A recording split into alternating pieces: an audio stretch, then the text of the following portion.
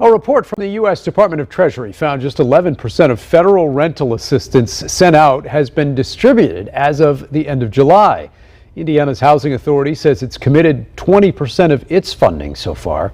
Fox 59's Kristen Eskow has an update tonight on how the state and nonprofits are trying to get that money out to renters.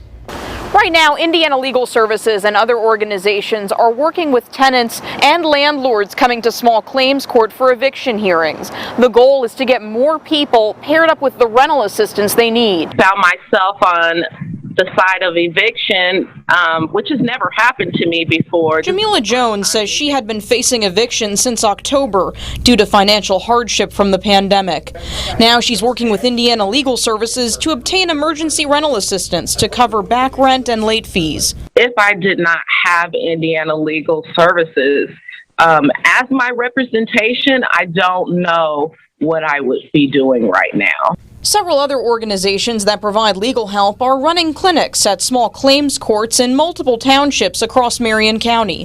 The goal is to get tenants at risk of eviction connected with emergency assistance and other guidance. But no number of tenants we talk to, even here, as much as rental assistance has been promoted and advertised, many tenants just don't think they qualify. State officials add many renters don't know the assistance is available. Jacob Sipes says the Indiana Housing and Community Development Authority still has about $200 million in rental assistance left to distribute, as well as other help. And there's also utility assistance that also is available for renters who may have fallen behind on their rent or their utilities. Meanwhile, Indiana Legal Services says it's working to expand these clinics across the state. I've heard from a number of communities throughout the state who are aware of what Indianapolis has done through the TAP program and want to replicate it. State officials tell me right now there's no deadline for tenants to apply for the emergency rental assistance program.